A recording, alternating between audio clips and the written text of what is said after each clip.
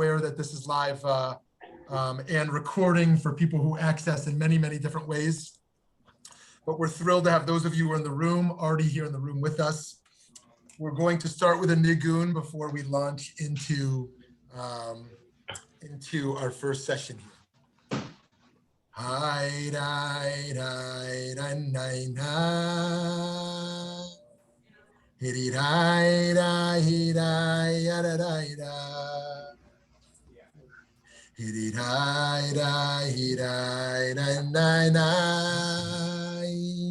Hiri rai rai rai rai rai rai. Hiri rai rai rai rai rai rai rai. Hiri rai rai rai rai rai rai rai.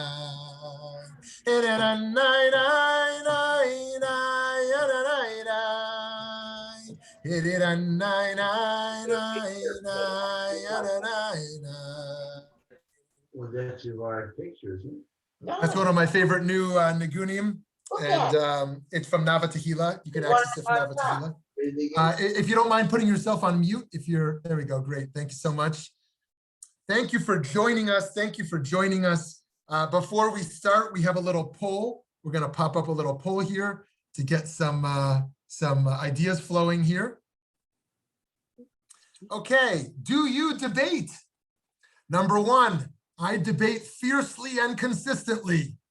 Number 2, I debate from time to time, but when I do, I really do.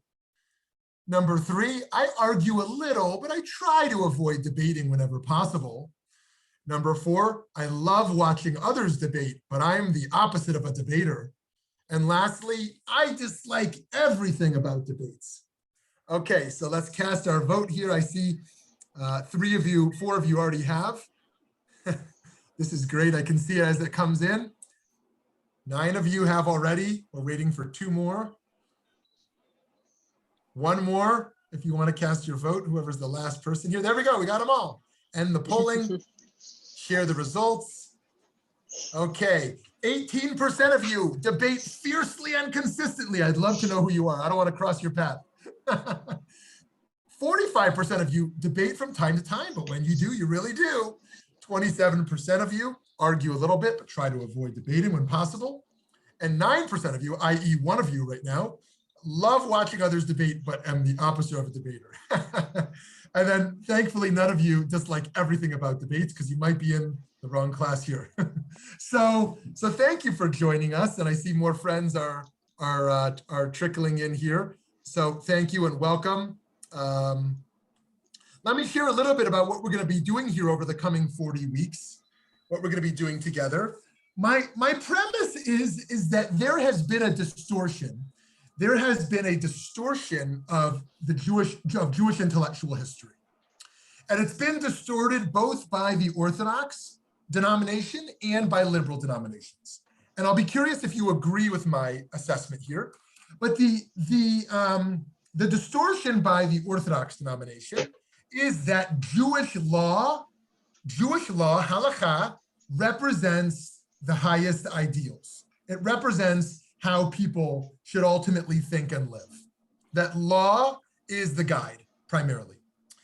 And the Jewish liberal denominations have generally, predominantly over the last few decades, argued that it is values, it is Jewish values that should guide us. Now, it's pretty hard to pick on either of those because both of those are, of course, partially true.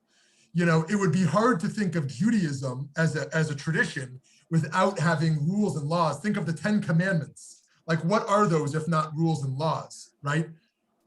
Do not steal feels very foundational to Jewish historical consciousness, right? And then it would be hard to pick on the Jewish liberal approach as well, which is to say that things like values, whether that is compassion, rachamim, or it's ahava, love, or it's tzedek, justice, do not represent what Judaism is about.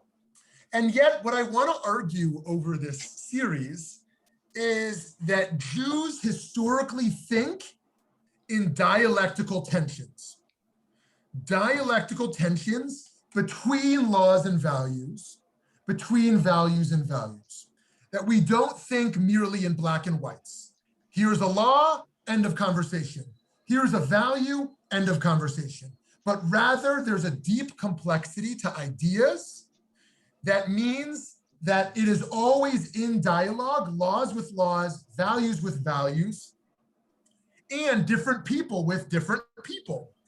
And that is to say that it also doesn't exist values in isolation, but values within their unique historical consciousness and the unique historical context, and within dialogue. Here we can channel Levinas, we can channel Buber, we can channel the sages to understand that you don't speak monologues in Judaism.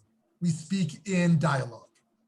And that is why I want to frame this series as being about the dialogue, the debate of ideas. Now, let me be clear, by framing Jewish intellectual history through the context of debates, I am not arguing for relativism. I am not arguing that it is just as wonderful to fast on Yom Kippur as to not fast. It is just as wonderful to steal from your neighbor as it is to not steal. It is just as wonderful to be an advocate for justice as it is to be a cynic and not engage in societal justice matters. I am not arguing for moral relativism or religious relativism. I am arguing that there is truth on multiple sides of laws, truth on multiple sides of values, truth on multiple sides of debates, and that in framing the 40 primary ideas we're going to look at through the lens of a debate, we can more deeply appreciate how much is at stake. Now, I also want to make clear by way of introduction that I'm not always going to take a Hegelian approach. Hegel in modern philosophy means, and Rav Kook follows this approach, that there is a thesis and then there's an antithesis, and based on that debate, we reach a new synthesis. That is to say that neither side of the debate is correct.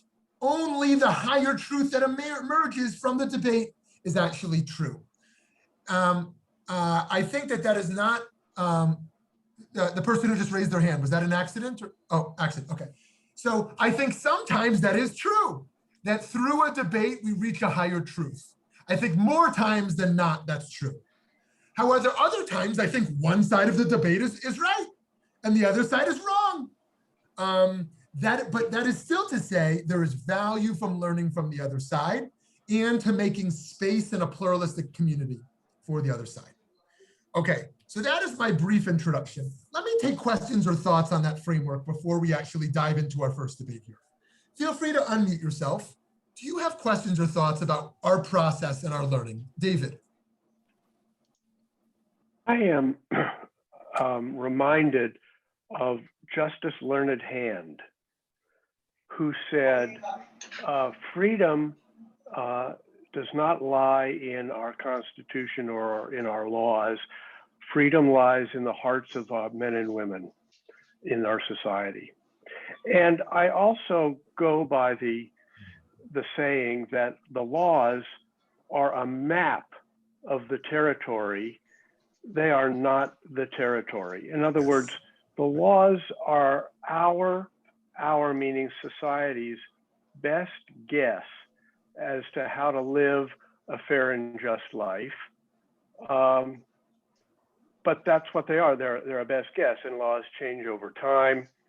And so I could make an attempt at bringing a couple of the sides of the argument together that you just said, which is that we may believe that halakha is the right way, the laws are the right way to follow our values. In other words, the best way to follow Jewish values is to follow the law. So we're not saying different things. We're in a way we're saying the same thing. So I think that's just a little bit of a different way to frame it, possibly to bring some of the arguments together and to put it in a different perspective. Beautiful. I love it. You know, it is very popular today to want either a guru or a life roadmap. I want my psychologist to tell me how to live. I want a self-help book to tell me what to do. I want a rabbi to instruct me how to live my life. And I was leading a shiva last night, and in leading the Shiva, I said, in honoring this person's memory, we don't need to become them. We can learn from them. We can emulate their good traits, but their life is also not our roadmap, and it's very complex how to learn, but then to process from that learning into a broader, more complex terrain. So I think David's framework is really wonderful. Mike, I see your hand up over there. Yes. Yeah, and I think what interests me in looking at these debates is not only the issues being debated, but I see these debates as a window into the time in which they occurred, what people are thinking, what was the reality, what was going in. And I think by looking at a debate and the way the sides are, that makes that window maybe even more illustrative. Wonderful, wonderful, Mike. Now I want to lay down my cards early on that I am a believer in ideas. Now that might not sound controversial, but to a historian that is controversial, because what most historians believe is that ideas are a product of their time. And I most certainly think that is largely true. However, I believe that ideas are powerful enough, the life of the mind is powerful enough that they can transcend the historical consciousness. And we see this throughout Jewish history, that Jews, perhaps miraculously or heroically, held ideas that were antithetical to the zeitgeist, that were really at odds with the culture they lived in, and were surprisingly emerging outside the historical consciousness. Now, to be sure, Maimonides' ideas emerged because Maimonides lives in Cairo, right? He lives in Egyptian Islam or Muslim Egypt, and is deeply influenced by those ideas. So we're always going to show, as Mike points out, how these ideas are shaped by the historical context. And yet also, I want to appreciate ideas beyond the historical context. And that is one of the beautiful things about Jewish wisdom, is that it does transcend time periods. Okay, anyone else want to weigh in? Yes, Cheryl. I just learned this past Shabbat, I was learning from Rabbi Gelman, who was one of our VBM speakers earlier this year. And he was talking about the Torah as law, and the fact that now that we're in Deuteronomy, that Deuteronomy was kind of edited, and even though the repetition of so much of what we saw in the previous books, it was edited so that even our laws can change depending upon, I guess, to go along with what you just said, which is the fact that, things change and things are looked at differently depending upon when you're living and when something is taking place. So I just thought that was an interesting thing to bring up, because talking about our law per se, and it's not being immovable. Yes, Cheryl, this is a very important point, because in the ultra-Orthodox world, and here I'm not critiquing it, I'm just distancing myself from it, the belief is that all oral law to emerge later was also given at Sinai. That is to say, the rabbinic enterprise itself is not creative. It is merely uncovering what was already revealed, right? And that is to say that they would view it blasphemous to say that Jewish law evolves and changes. But to me, it is quite clear, and I imagine to all of us here quite clear, that the sages are involved in a creative enterprise, as is our Jewish ideas throughout every century. And that is to say also that Jewish laws most clearly do evolve and change. There are just countless examples. We don't even have to look at the 20th century, just looking at the Talmud, at how they literally uprooted countless laws, such as charging interest, or such as having monopoly in favor of competition, hasagat gavul, or such as the Sota laws, or stoning a wayward child, or the death penalty, right? Over and over, the rabbinic establishment is overturning biblical laws, literally. So thank you for that, Cheryl. Okay, is there Matthew? Is your hand up? Yes. Yes. Yeah. One of the questions in civil law, and it relates also to religious law, is what is the context and what I'll call the legislative history of the law? Right. And there was a period of time when the courts in this country looked at the hearings, legislative hearings, what was the real intent when the law was written, shall we say, vaguely or incompletely. The contrary position is a strict construction of the law, which says it doesn't matter what they thought. We look at the written word, and if it was wrong, you legislatively change it. And that's a fundamental debate and dynamic. And I'm thinking of many laws today that have been expanded based on, quote, hearings and other things. And a different view says, no, go back to the state legislator, make a change, which is the same in the Torah and the Talmud, which recognizes when a law was written and what I'll call the unintended consequences of not thinking through what's being said. Very interesting, Matthew. That's very helpful. And we're actually going to, when we get to one of these legal debates in session 3, we're going to look exactly at that point, because one of the interesting things is that in America, there was a book I read a few years ago that explored how, even though typically a conservative jurist will be an originalist, arguing for original intent in the law, and a liberal jurist would look at, as a consequentialist, at what is the consequence of the law we want to advocate, regardless of what the original intent was. Nonetheless, this scholar argued that for decades, everyone on the Supreme Court has to engage in an originalist type of argument, speaking in the name of original intent, which is also very interesting in how Jewish law plays out, of those who are also go back and suggest what the original intent was. And so this is kind of an interesting creative and political process in how we go back and reinterpret the minds of sages, or in this case of founding fathers. So friends, process-wise, we're normally going to open up with about a 20-minute presentation followed by a conversation. But I did want to start today with a little bit of an open conversation about the process of what we're doing here together. And I'm really looking forward to this journey together. So friends, today, we are naturally starting with what I view to be one of the greatest debates in Jewish history, Hillel versus Shammai. Hillel versus Shammai. And what they are ultimately arguing about is the development of Jewish legal argumentation. I found this picture. I don't know how they took it back then, but this is exactly what they look like. It's really amazing. Maybe they did a little photoshopping there, but this is exactly what Hillel and Shammai look like. Who knows if they had a beard or even a kippah on their heads, or were darker of complexion. In any case, so much of what it means to be Jewish, whether as a matter of self-definition or as a function of Jewish identity, as described by others, has to do with making distinctions.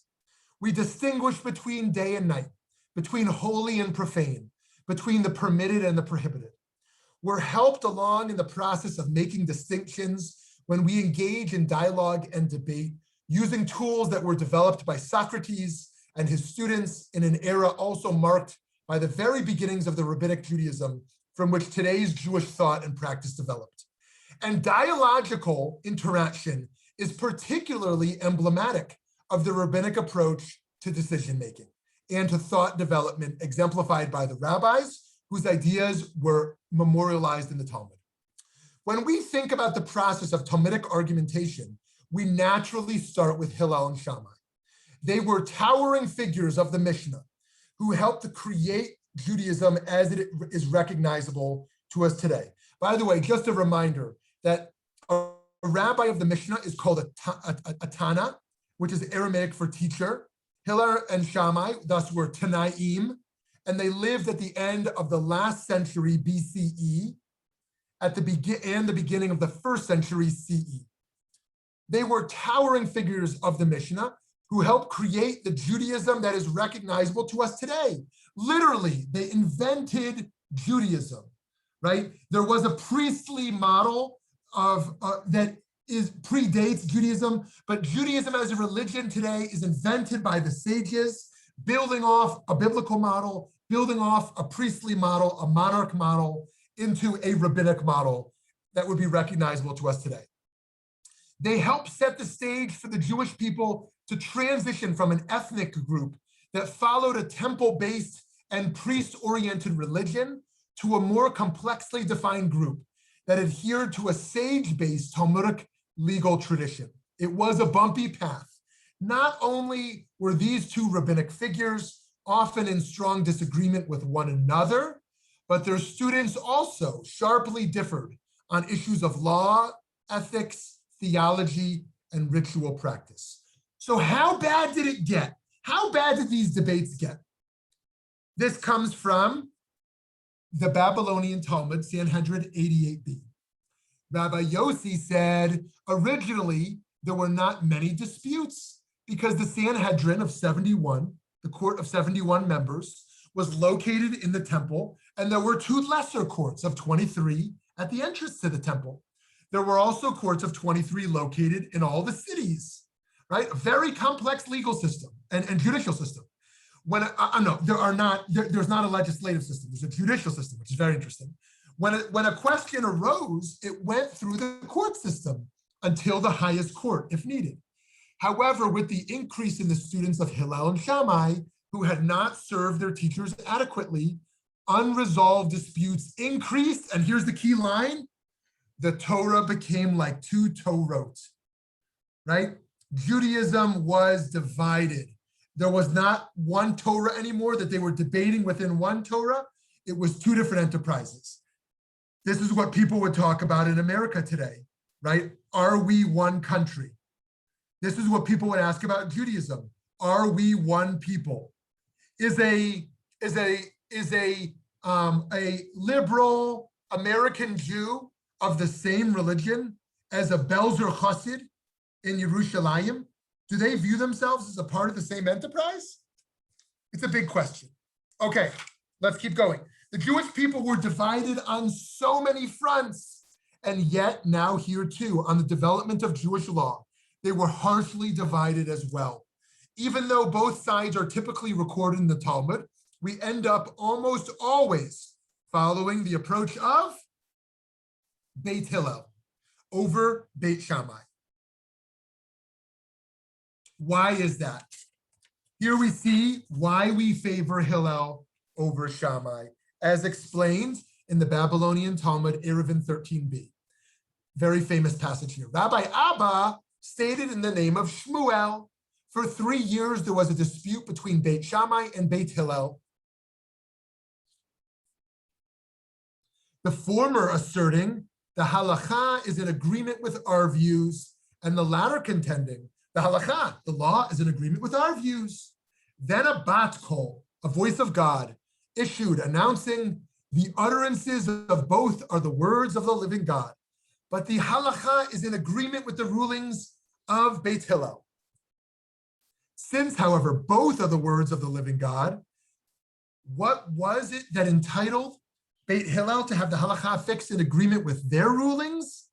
Because they were kindly and modest, they studied their own rulings and those of Beit Shammai, and were even so humble as to teach the actions of Beit Shammai before their own. So friends, there's a lot to learn from this fascinating passage. It's the most commonly quoted Talmudic passage to argue for religious pluralism. Elu ve'elu divrei Elohim chayim.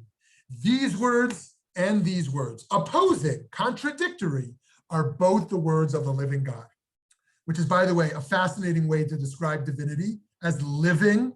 God is living, and God is living through dialectical tensions, living through human debate, living through values and conversation, right? Living in the in-between space between different ideologies.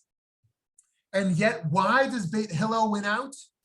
Precisely because of the humility to listen to the view of another, to quote the view of another, to record the view of another, and to record them first. Now, someone might say this was merely strategic, right? You want to quote someone else first so you can then smash their position and show why it's wrong. And yet they emphasize not that they were a better debate partner because they squashed the opponent, but because they showed some validity, because they showed that position in its own right before moving on to theirs. How beautiful that our tradition embraces such Jewish pluralism around the words of the living God. This is so foundational to us here at VBM. And how powerful that it was humility that gave Beit Hillel the upper hand over Beit Shammai. So too in our debates today, we should record the opposing view and have the humility to study it and understand it fully, even as we advocate fiercely for our own perspectives on ethics and truth. There's a deeper worldview that emerges from the text found immediately after the articulation of that Talmudic conclusion that was just mentioned. Our rabbis taught for 2.5 years were both Beit Hillel and Beit Shammai in dispute, the former asserting that it was better for a person not to have been created than to have been created, and the latter maintaining that it is better for a person to have been created than not been created. They finally took a vote, which is this is kind of funny, right? They voted on this and decided that it was better for people not to have been created than to have been created. But now that people have been created, let them investigate their past deeds, or as others say, let them examine their future actions. So friends, this is both funny because the vote has no consequence, and funny because normally they debate laws of great consequence. And here they're debating theology and psychology. Is it better for humans to have been created? Do humans suffer more than they experience joy? Do humans add more to the planet than they take? Are humans fundamentally more productive and generative than they are destructive?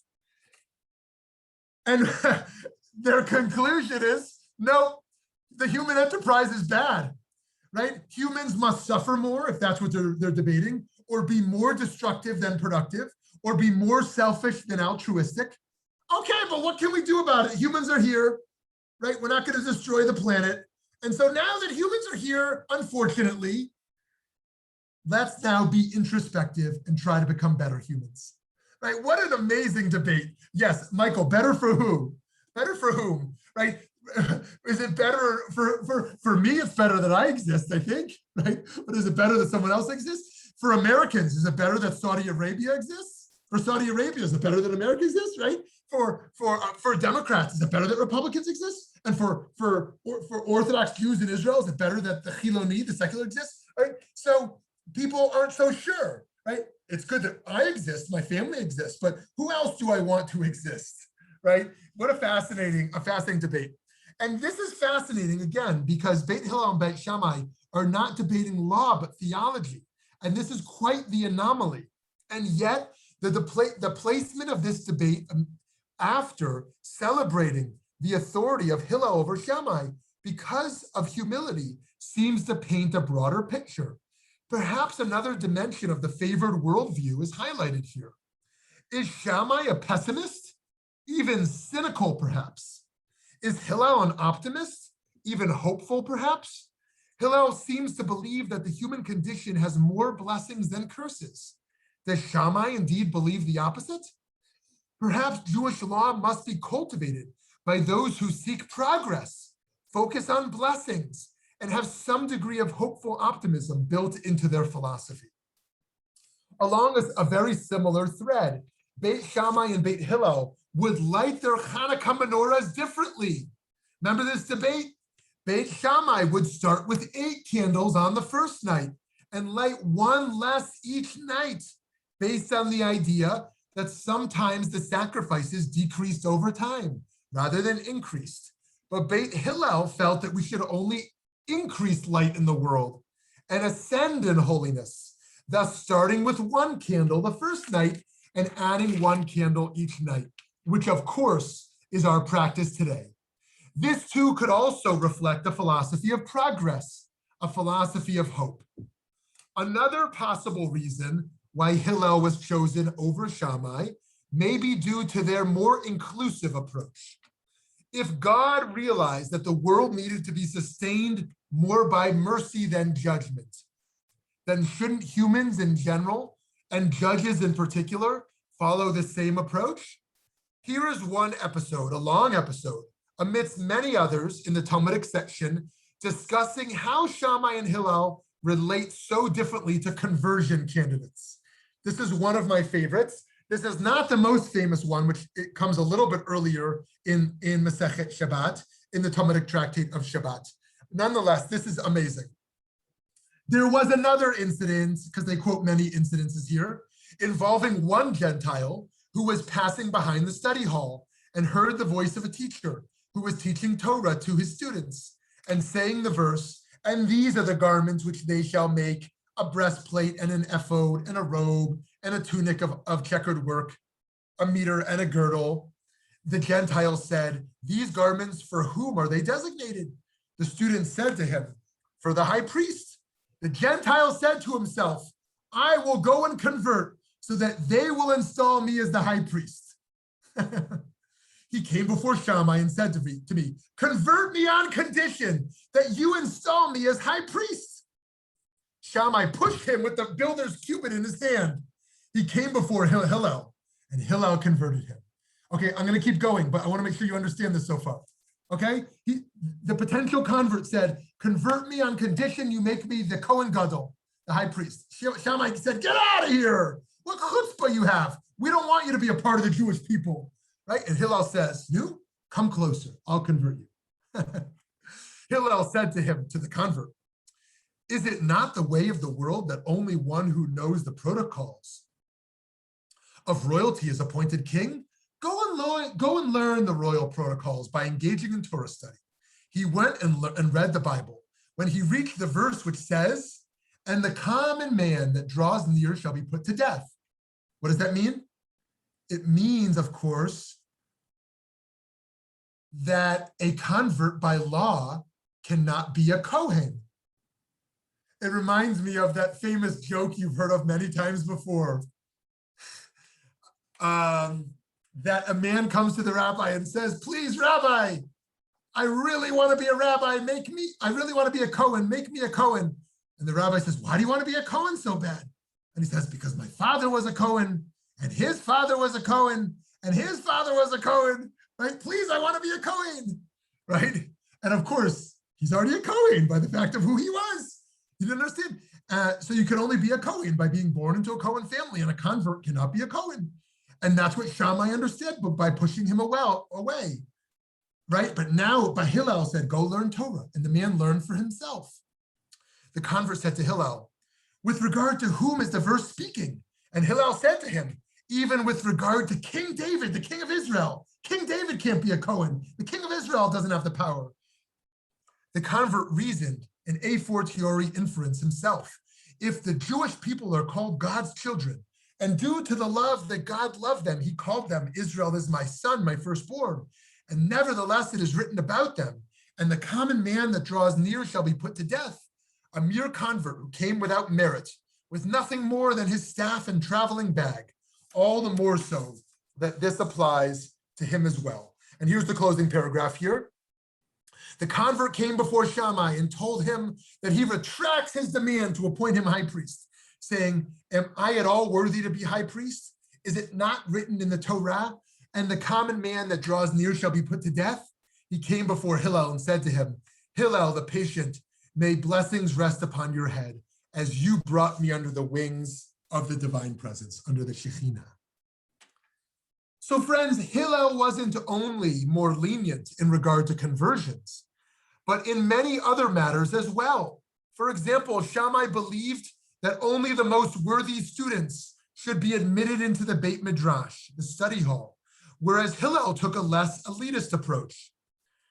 That is found in Avot de Rabbi Natan. Shammai was strict on allowing divorces, right? You could not divorce. For very, very few reasons could you divorce, according to Shammai. But Hillel said divorce was allowed even for seemingly trivial concerns in the marriage. Shammai took a literalist, extreme, demanding approach, demanding that even at a wedding, people describe a bride as being only as beautiful as an objective viewer considered her to be, whereas Hillel allowed every bride to be described as beautiful and gracious, thereby enhancing her joy and dignity. Beit Shammai argued that even if one forgot to bench, to say the Birkat Hamazon, and they left the place they had eaten at, they needed to return to where they ate to recite the blessings after meals. Beit Hillel, however, said that one can bench in their new location. It has been argued that they shared very different political worldviews as well, and that Beit Shammai historically was more aligned with the hawkish zealots, whereas Beit Hillel consisted of more political pacifists, and that because of their political differences, Beit Hillel was alienated from prayer spaces led by Beit Shammai. There's a lot of historical academic work showing how Beit Hillel gets excluded from the Beit Shammai establishments, not because of halachic debates, but because of militaristic debates. Thus, their view of how to engage with the oppressors, the Romans, colored their rulings regarding Gentiles in general. It got so nasty that the Talmud says that Beit Shammai, ready for this, would even kill members of Beit Hillel. It says this in the Jerusalem Talmud, Shabbat 1:4. It sounds like it's all rosy pluralism, but there was even murder involved here, the sages said. As the matters cooled down, the positions of Beit Shammai were dismissed and became irrelevant. Even though they were recorded, they lost their political weight based on the extremity of those views. Nonetheless, these debates matter deeply in our tradition, not only because of the importance of the content, but also because of the process of the debate itself. The rabbis share here in Pirkei Avot, one of my favorite parts of the Talmud, every dispute which is for the sake of heaven, in the end will be permanently established. And every debate which is not for the sake of heaven, in the end will not be permanently established. What is an example of a dispute for the sake of heaven? The dispute between the house of Hillel and the house of Shammai. And what is an example of a dispute that is not for the sake of heaven? The dispute of Korach and his band from the Torah itself. There was a de facto respect built into the debates of Shammai and Hillel because both were working to serve God as it was perceived. Motives in a religious debate are crucial. They are not about power and about ego. They are about the community and the communal needs. They are about avodat Hashem. It is all too easy for ego or power to take over, as we see in political discourse. But if one is serving God and maintains respect and decency in the course of a debate, they're serving higher ideals. That dispute especially should be recorded and studied.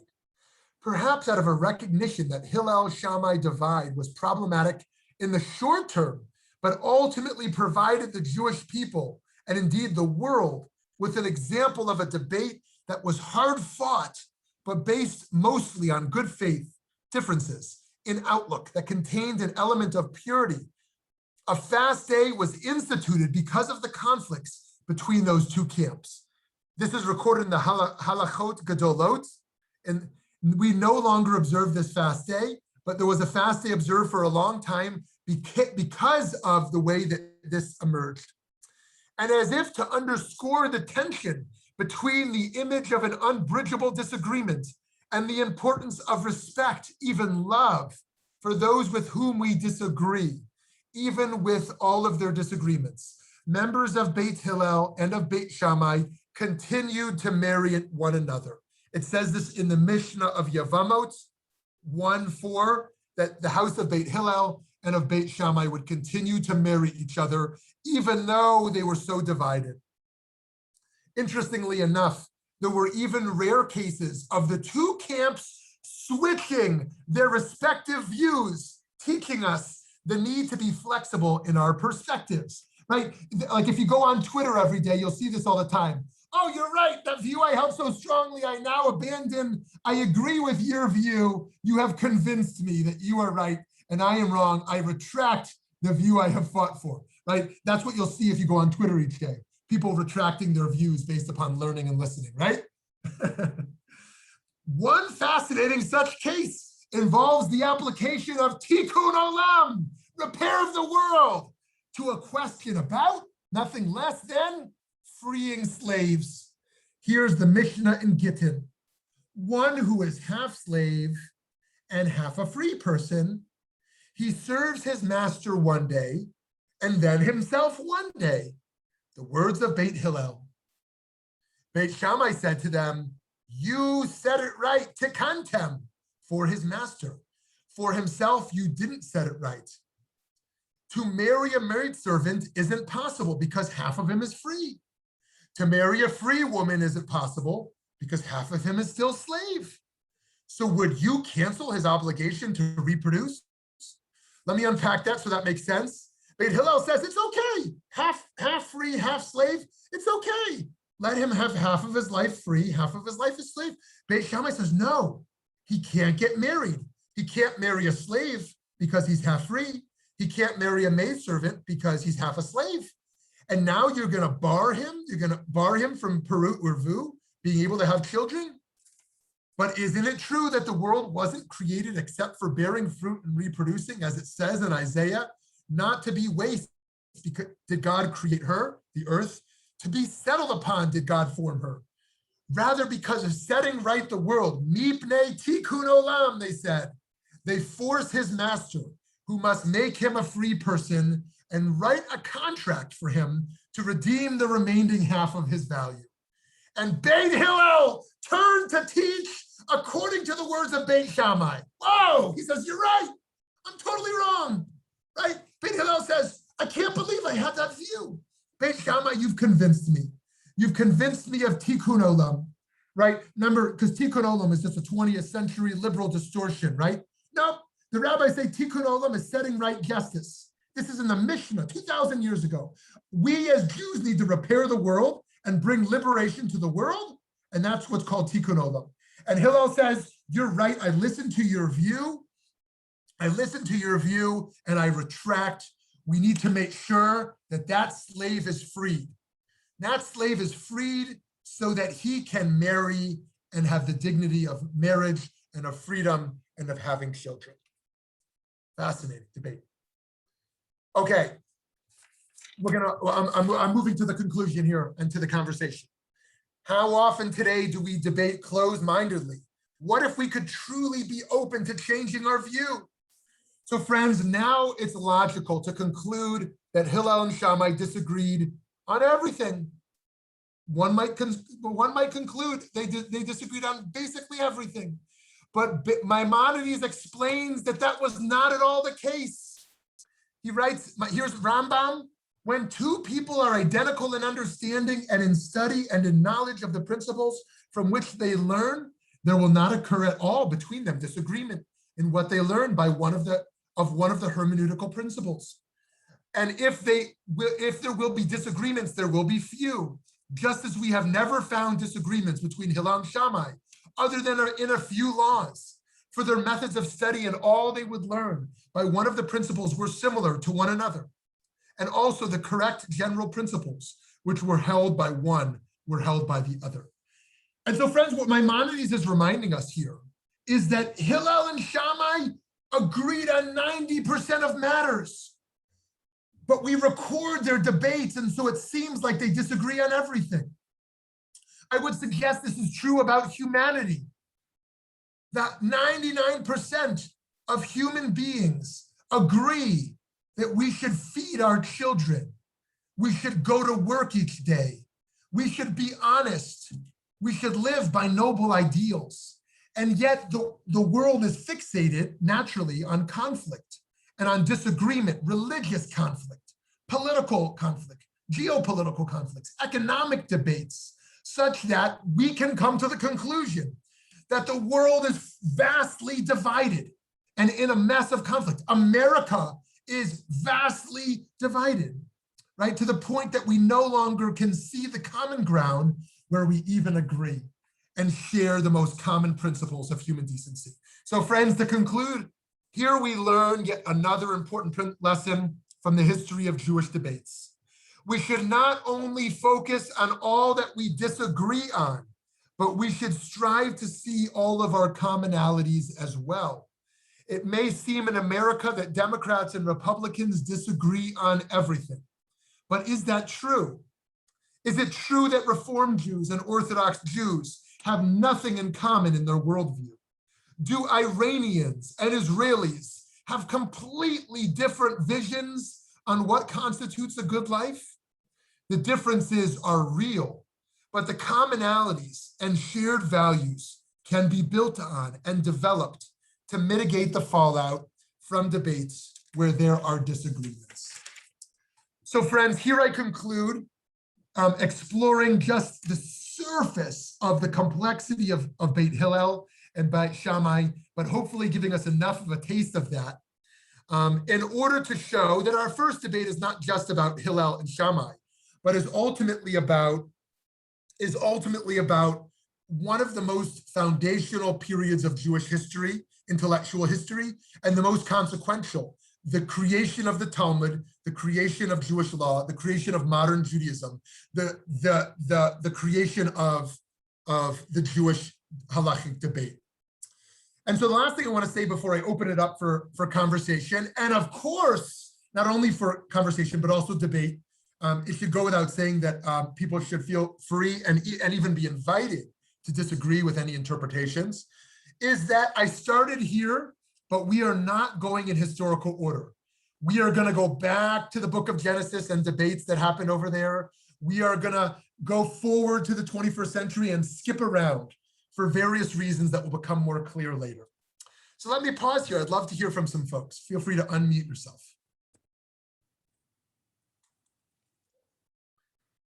And if you're on the Facebook Live, feel free to type over there. And we have folks monitoring that who can channel that to me as well. Is it fair to say that Hillel had greater wisdom and understanding of the psychology of people in reference to his decisions? That is a beautiful question, Eileen. I think that is one very fair interpretation of this. If I was to make an opposing argument, what is the right way to parent a child? Is it very liberally and loosely, or is it with a lot of structure and very strictly? This is a great debate among parenting. It's the same question that teachers and schools debate. How much structure and how much freedom? How much strictness and how much looseness, right? Shammai thinks it should be hard to convert to Judaism. Shammai thinks Judaism should be really strict and difficult. Hillel thinks it should be easier to convert. It should be easier to be Jewish, right? It should be looser. And that's a fascinating debate, right? And that's only one facet of it. But I think here, while my own religious worldview more aligns with Hillel, I think that at the end of the day, they needed to halachically come to a conclusion to go after Beit Hillel. But once again, this aligns with my worldview that is why the halacha is not enough. The Jewish law is not enough to point to a way to live, because the way to live is found in between the two of them. It emerges from the space of the debate rather than the answer of Hillel, right? It emerges from the tension rather than the answer. Because the answer of Beit Hillel is not our answer today. Yes, we light the menorah like Hillel. He gives us the answer, right? Somebody today, if they lit 8 and then went down, would be doing something we would call un-Jewish. Yes, they could say, no, I'm doing by Beit Shammai. How can you say that's un-Jewish? We could say, no, it is un-Jewish because we have 1,800 years, 1,900 years of precedence that's not how we do it, right? But I'm very wary of anybody calling something un-Jewish, right, in general, and especially something that has a Talmudic source, right? But anyways, Eileen, I think you're right, in my view, that the reason I would say Beit Hillel is a more wise camp than Beit Shammai is not because of the strictness or looseness, not because of the orientation to converts. It's not because of the political pacifism versus hawkish nature. It's not because of a bunch of other dimensions that we pointed to around divorce law and the like. But it is about the humility of how they embrace debate ultimately. The other thing I felt was that Hillel had respect for these people, and Shammai may have had a tempered respect in that Shammai felt he had the answers. I don't feel that Hillel perceived himself to be the be all and the end all. Right. Thank you. Thank you very much, Eileen. Beautiful. Someone else? Yes, Scott. Yeah, just a quick and probably dumb question, but you talked about the progression from the biblical model to priestly model. Where do they come into play kind of historically? How would you characterize them? Are they like thought leaders, to use like today's modern jargon? Are they like practicing Jewish leaders that are trying to kind of flesh out the faith? Like how would you characterize them? Scott, I love that question. What city are you calling in from? Phoenix. Oh yes, Phoenix, good. Okay, I know, I think I see a cactus outside your window actually. You probably see a few, yes. Okay, wonderful, thank you. So it's a wonderful question. So let me very briefly map out this this trajectory. And it's not a dumb question at all, it's a fantastic question. Because I think we often don't appreciate just how radical these paradigm shifts are. And I want to suggest we're in a new stage now as well around this shift. Initially, we have direct God-human encounter, right? God speaks to people directly, okay? That then transitions into prophetic Judaism, where there are very specific and limited channels of where God speaks. Prophetic Judaism is partnered with monarchy Judaism, that every king is assigned a prophet to critique him, right? There is a king who holds power and a prophet who critiques that power structure, and that is the power structure. Then we have priestly Judaism. Now, of course, there is some overlap here, but priestly Judaism moves the center from the kingdom to the temple. And the temple is where the priest, the Kohen Gadol, is the central figure.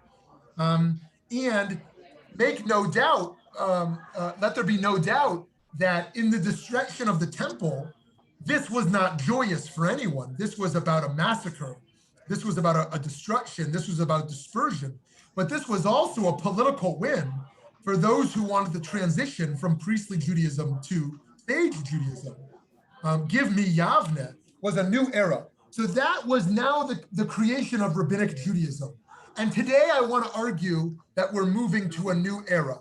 We are moving to a new post-rabbinic era that is beyond the direct God intervention, as we see in the story of the Exodus. It's beyond prophetic Judaism. It's beyond priestly temple-based Judaism. It is beyond the sage Talmudic rabbinic Judaism into a new era. And I'm not going to flesh out what I believe that is about now, because that's a whole nother conversation.